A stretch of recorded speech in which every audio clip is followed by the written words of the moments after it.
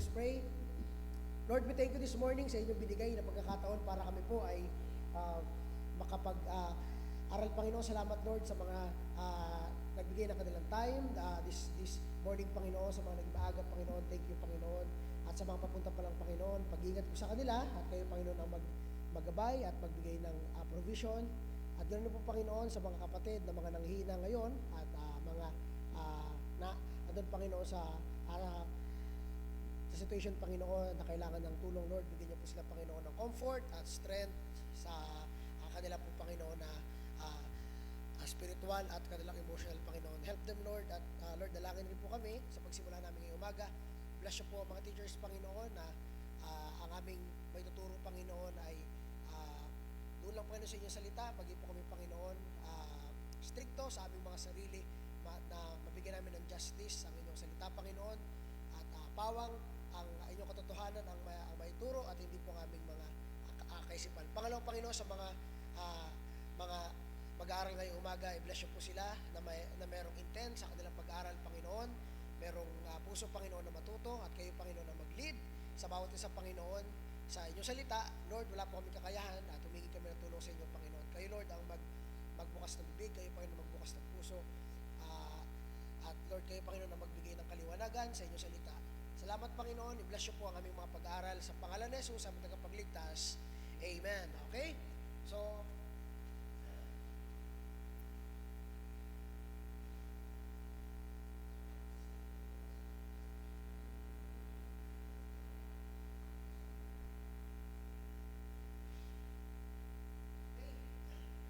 para sa mga nandito, get your Bibles. And of course, review tayo ng konti, no?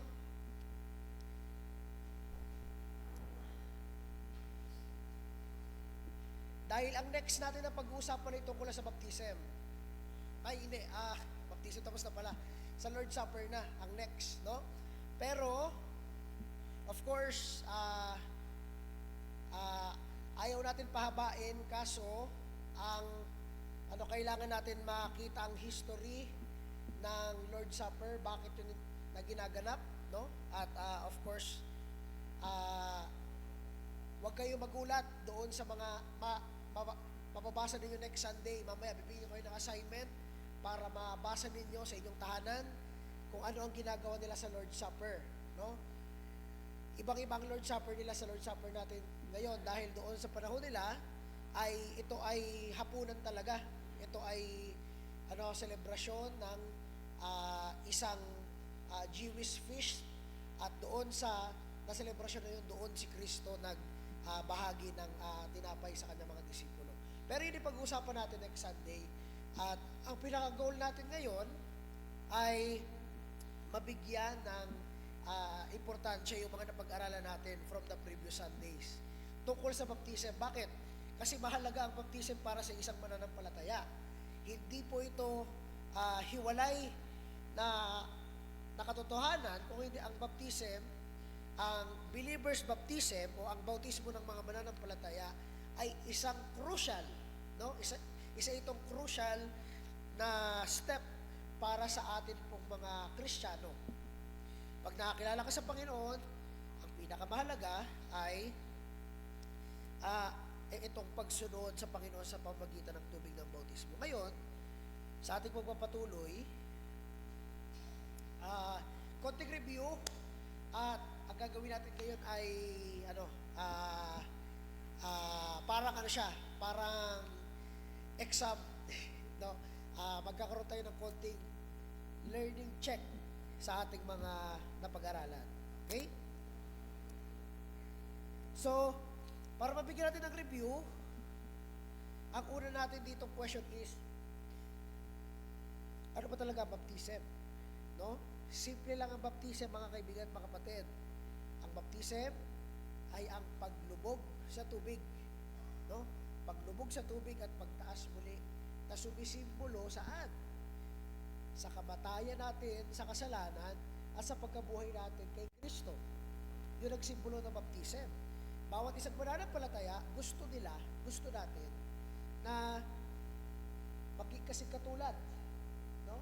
Sumunod sa bautismo para ipakita na ako na tayo ay namatay kasama ni Kristo at nabuhay na kasama niya. Dahil yun yung pangako niya sa atin. At yun rin ang sumisimbolo saan? Sa ginawa sa atin ng Banal na Espiritu. No? Isinama tayo kay Kristo. So, hindi lang siya basta baptism eh. Ipinapakita doon yung ginawa ni Kristo. Pangalawa, yung ginawa ng Espiritu sa atin. Pangatlo, yung deklarasyon natin na tayo ay nasa Kanya. Tatlo ang pinapakita ng believer's baptism. Kaya hindi lang siya basta magpapabautismo ako para ipakita sa tao na ako ay mananampalataya. Ako hindi. Ako ay magpapabautismo para ipakita na ako ay nakay Kristo na. Namatay ako kasama niya at nabuhay na ako sa bagong buhay kasama ng Panginoon sa Kristo. Ngayon, sa pagpapatuloy natin, pagkatapos ng question na ano ang baptism, di ba? Kasi ang sabi ko kasi inyo, hindi yan tradisyon. Ang baptism ay choice. Ito ay sarili mo kagustuhan. Ito ay pagpili mo na sumunod sa Diyos. No? Hindi ito ritual na pag ikaw ay baptist, kailangan mo magpabaptize. Hindi po. Kahit hindi baptist ang iyong church, pag ikaw ay mananampalataya, ang utos ng Panginoon, sumunod ka sa akin, ipakilala mo na ikaw ay namatay na sa kasalanan at nabuhay na kanino? Kay Kristo. Kaya, let's not be legalistic pagdating dito at dogmatic pagdating doon sa kung anong reliyon or specific, hindi. The point is, pag ikaw ay tagasunod ni Kristo, you are required to be baptized. Pero, hindi po siya required para ikaw ay maligtas. Dahil, ulitin natin, kung sa panahon ni John the Baptist, ang kapatawaran nasa paglubog, kaso dumating na si Kristo. Nung dumating na si Kristo, sabi sa Acts, ang kapatawaran ay nasa Panginoong Hesukristo na. Wala na siya sa paglubog. Tapos na yung paglubog kasi dumating na yung magliligtas at yung maglilili sa atin ng buuhan. Yun ang Panginoong Hesukristo. Kaya, hindi na tayo ngayon nagbabaptize para malinis. Dahil wala na sa pagbabaptize at paglilinis. Nasaan ang paglilinis ng kasalanan? Nasaan ang pagpapatawad ng kasalanan? Paano tayo makakabalik sa Diyos? Sa baptism pa? Hindi. Sa pamamagitan ng ano? Sa pamamagitan ng pag isabi kayo ng pananampalataya, ibig sabihin nakadepende sa pananampalataya ninyo. Hindi. Kasi tayo ay pananampalataya lang.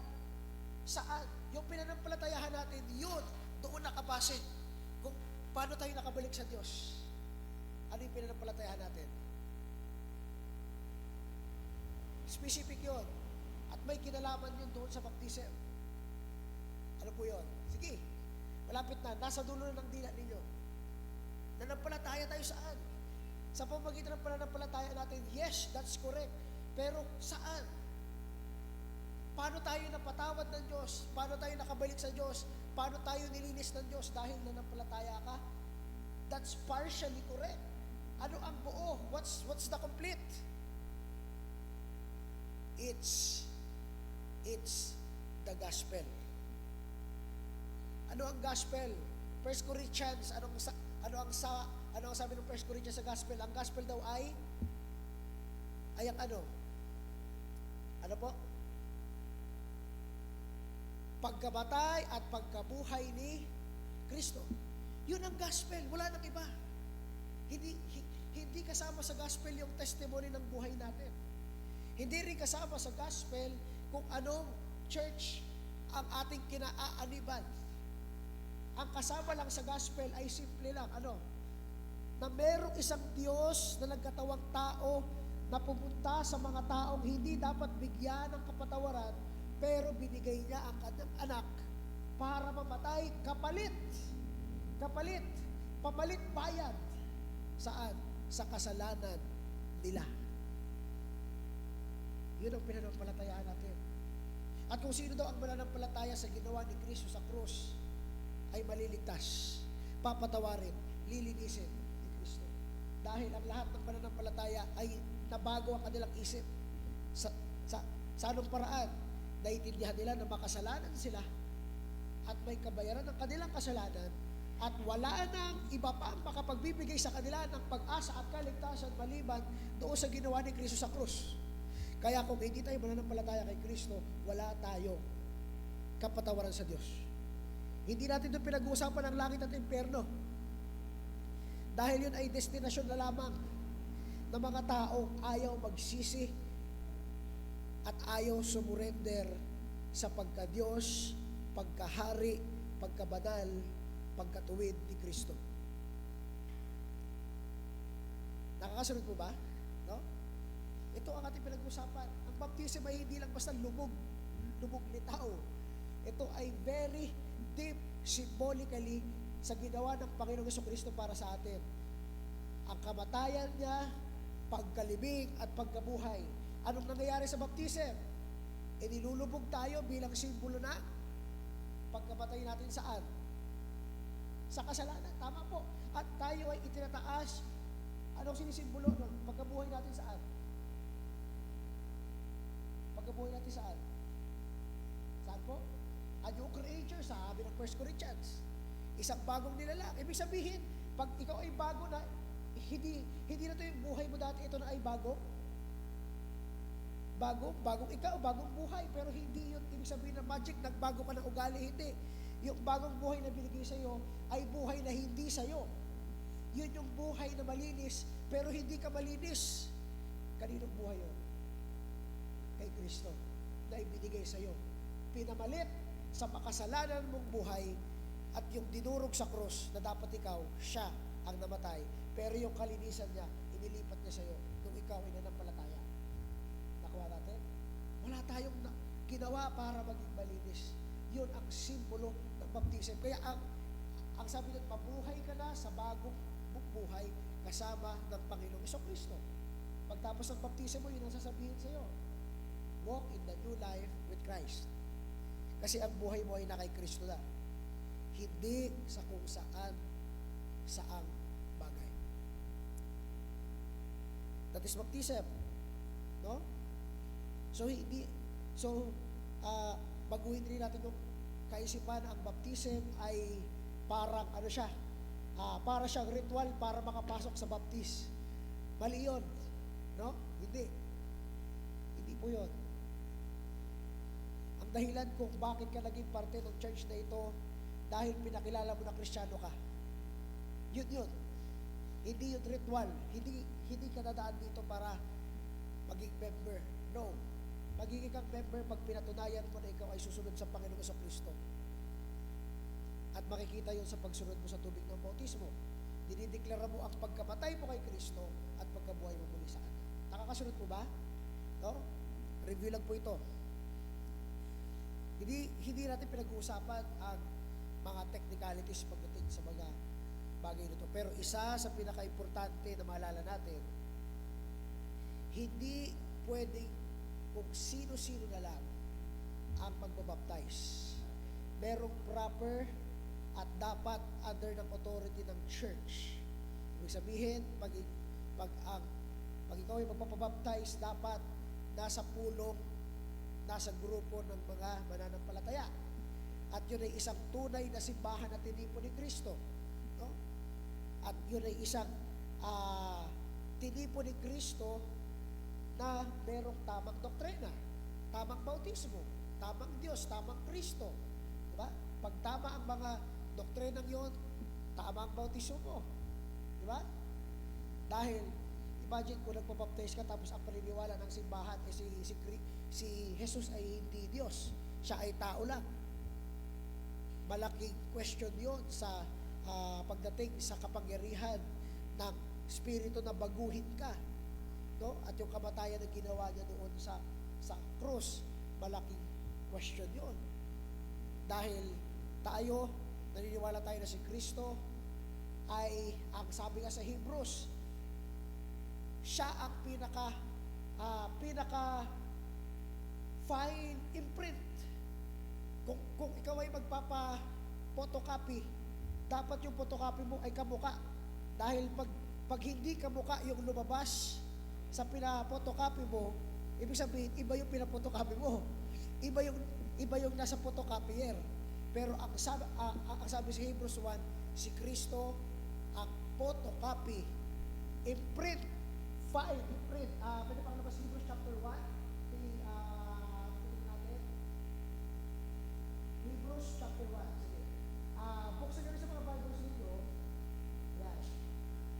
I think verse 10. Sige, pakilabas, para makita nito. Kasi maganda na makita natin. Sige, next pa. Okay?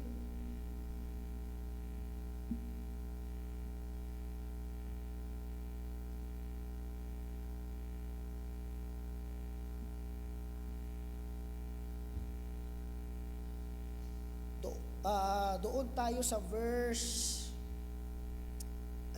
ayan, pakibukas doon sa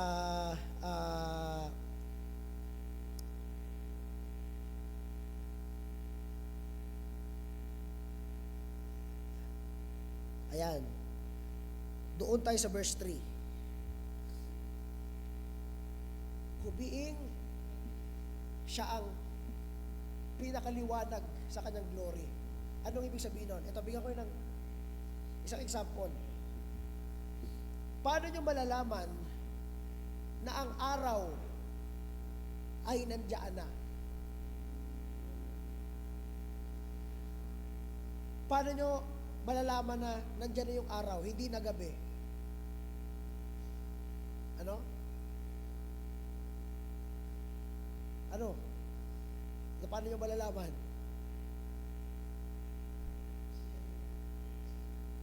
Meron ng liwanag. Pero hindi yung liwanag yung point eh. Kasi yung liwanag din ay resulta lamang. Ano ang meron sa umaga na wala sa gabi? Huwag yung sabihin na liwanag kasi yung liwanag, syempre, pagka hindi madilim, maliwanag. Kaya may liwanag. Pero bakit nga may liwanag? Kasi merong araw. Pero paano nakakarating yung liwanag ng araw dito? Anong meron? Grade 3 science. Kung may sun, yan, sun rays. Gets? Merong sun rays. Ibig sabihin, hindi liliwanag kung walang hindi. Syempre may araw talaga. Meron talagang araw. Pero yung araw na yun ay nagta-travel sa pamamagitan ng rays niya. Kaya nakakarating dito sa atin. Kaya nakakakita tayo ng kulay dahil sa liwanag na yun. So kung walang liwanag, hindi nyo makikita ang kulay dyan sa paligid dahil ang lahat ng kulay ay nakadepende sa, ano ba yan, naging grade 3 science tayo, no? Ay nakadepende sa kanyang wavelength, no? Yung red, iba ang kanyang wavelength, kung bakit red ang nakikita natin sa kanya, nakadepende yan sa mga bagay na yun. And ang point doon is ito, yung sun rays na yun, malalaman mo na may araw kasi pagmulat mo, maliwanag. Ibig sabihin, bumiyahe na yung ilaw galing sa araw papunta dito.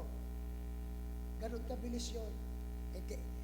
Kaya nga meron tinatawag na merong computation ang speed of light. Kasi para malaman kung gaano kabilis mag-travel ang liwanag.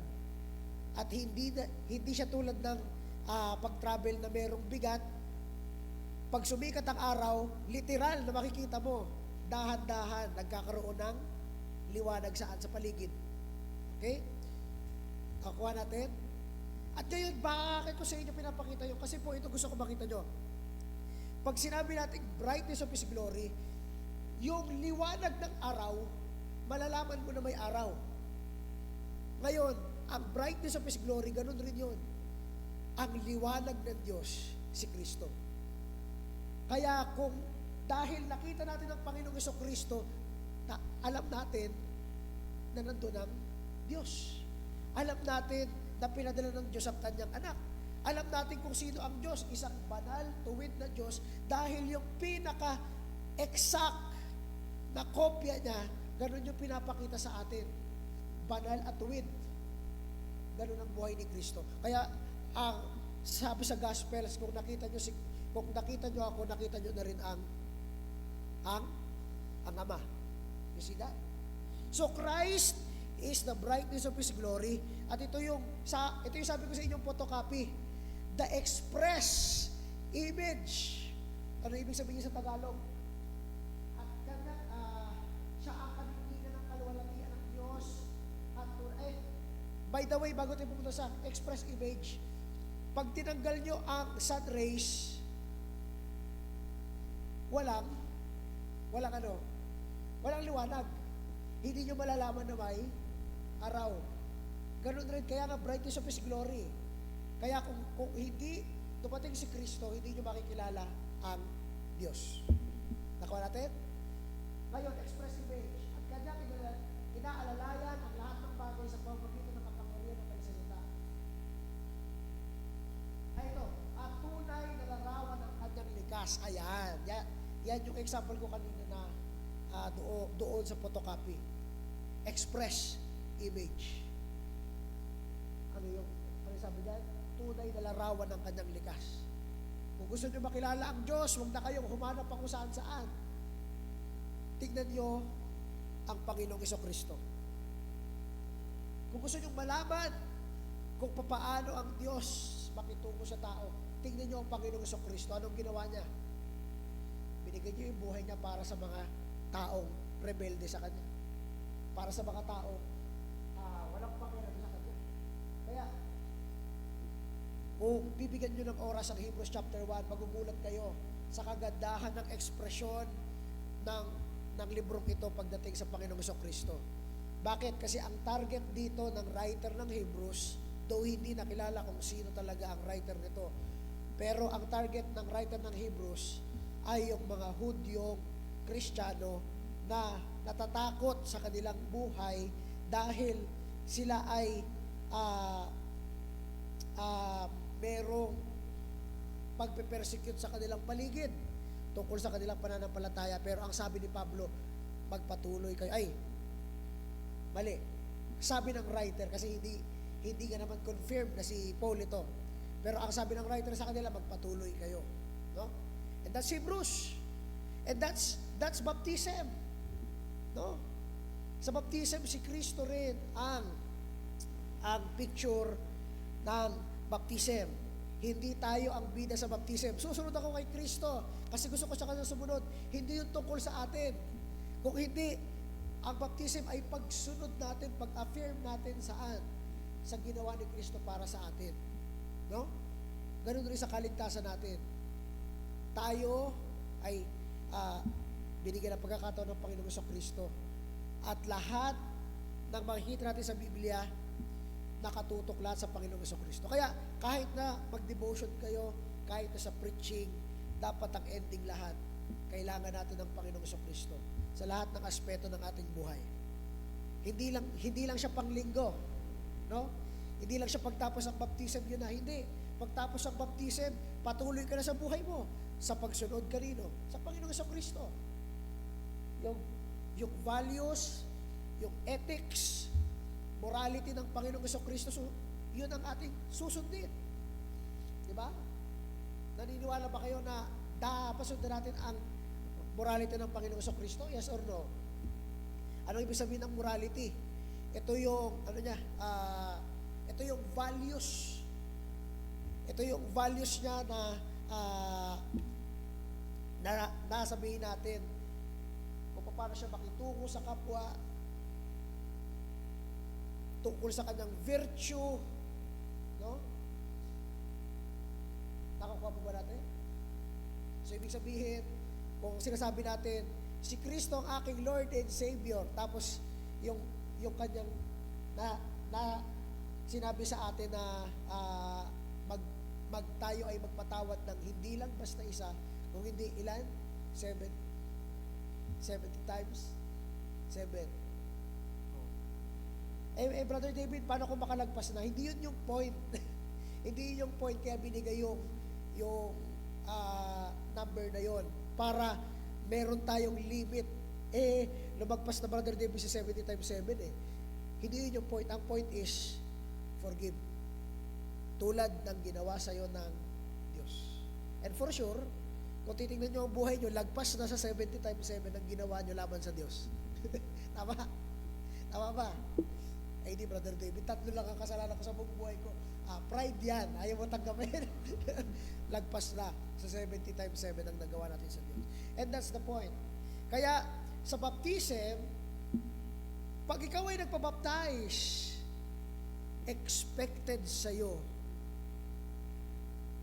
na ikaw ay nagdadala. Ikaw ay nagsusuot ng ng mga values na pinopromote ng Panginoong Jesucristo. Kung anong pinopromote niya? Kapayapaan, forgiveness. Pero hindi nun ibig sabihin na toleration, kasi meron rin namang justice sa Panginoong Jesucristo. Alam niyo ba ang justice sa Panginoon? Ito yung sabi doon. Gantihan niyo, mali. Ang sabi doon, vengeance is mine, said the Lord. So, hindi nyo ilalagay yung ganti saan? Sa inyong mga kamay.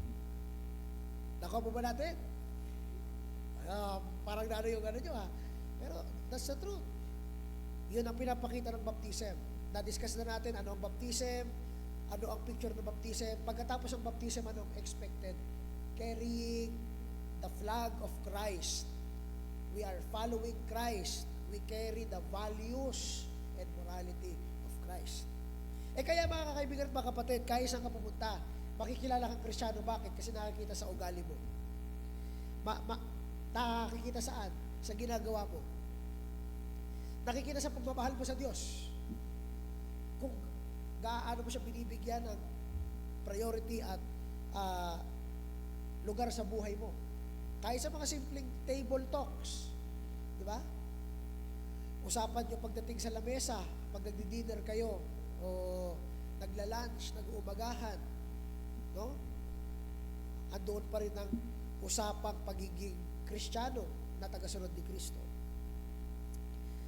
Yan po ang baptism. Ito ay picture ng ating pagsunod sa Panginoon sa Kristo.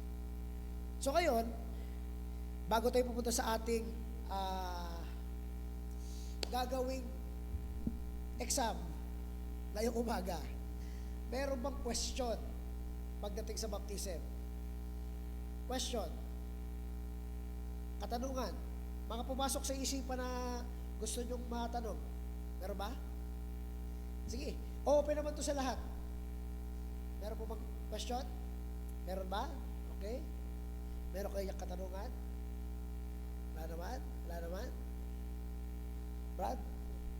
Meron kang question? Okay? Okay? Sige. Wala lang question. How about dito sa harapan? Sis Clarita, meron kang question? Brother Lep, ikaw, meron kang katanungan? Okay? Wala naman? Okay. Kung wala naman, I think, handa na tayo lahat. Okay? Okay? At i-off na natin ang live doon kasi mag-e-exam naman na lang tayo para ngayong umaga. Bibigyan natin ito ng oras para ma-review nyo, ma-reflect nyo ang ating mga pinag-usapan. Ngayon, hingi ako ng tulong.